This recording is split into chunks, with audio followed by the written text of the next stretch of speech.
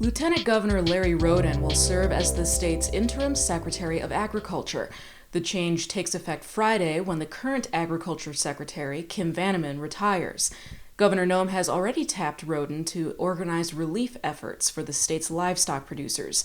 Rhoden says those efforts will continue. As the governor mentioned, my immediate focus will be helping our state's ag industry turn the corner following this pandemic, working to help our meat producers who've become all too familiar with the supply chain bottlenecks even prior to this pandemic. Rhoden is investigating legal options that could relieve those backlogs. One option would let producers sell South Dakota certified beef across state lines without federal certification. The governor does not plan to have Rhoden take over the secretary's position permanently.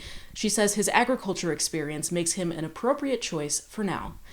Governor Noem says nearly 1,500 Smithfield employees and household members participated in the first day of mass testing for COVID-19.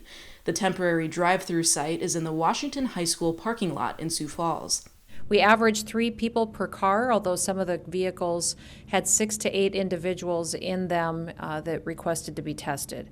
It took about 2 minutes per individual to run a test, and according to the Avera team, that estimate is that approximately 10% of those individuals that were tested did have symptoms. Noem says the results are pending, and testing at that site will continue for the next several days. The State Department of Health reports 53 new cases of COVID-19 and 3 new deaths. That brings the statewide total to 2,721 positive cases.